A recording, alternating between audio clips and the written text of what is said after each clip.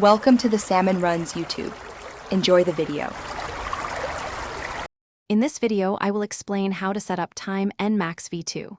First, connect your Nmax V2 device to your vehicle's power source, typically the battery. Make sure all wiring harnesses are securely attached to their designated ports, following the included diagram. Finally, mount the display unit in a visible and easily accessible location on your dashboard or handlebars for optimal viewing while riding. This ensures you can monitor your data safely and effectively.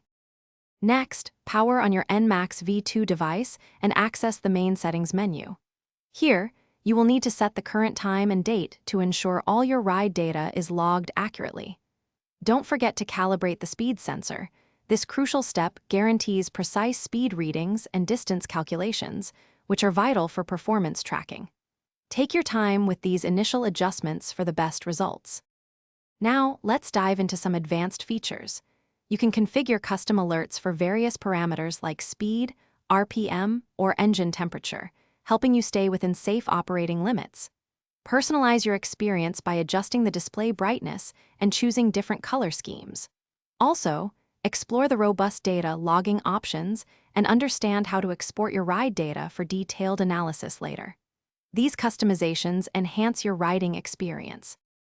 To ensure longevity, regularly check all electrical connections for any signs of wear or corrosion, which can impact performance.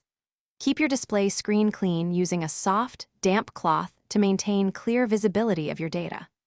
For those looking to improve their financial well-being, check the description for a link to a fantastic book that can truly change how you think about money, along with other great deals. Proper maintenance and smart choices lead to lasting benefits.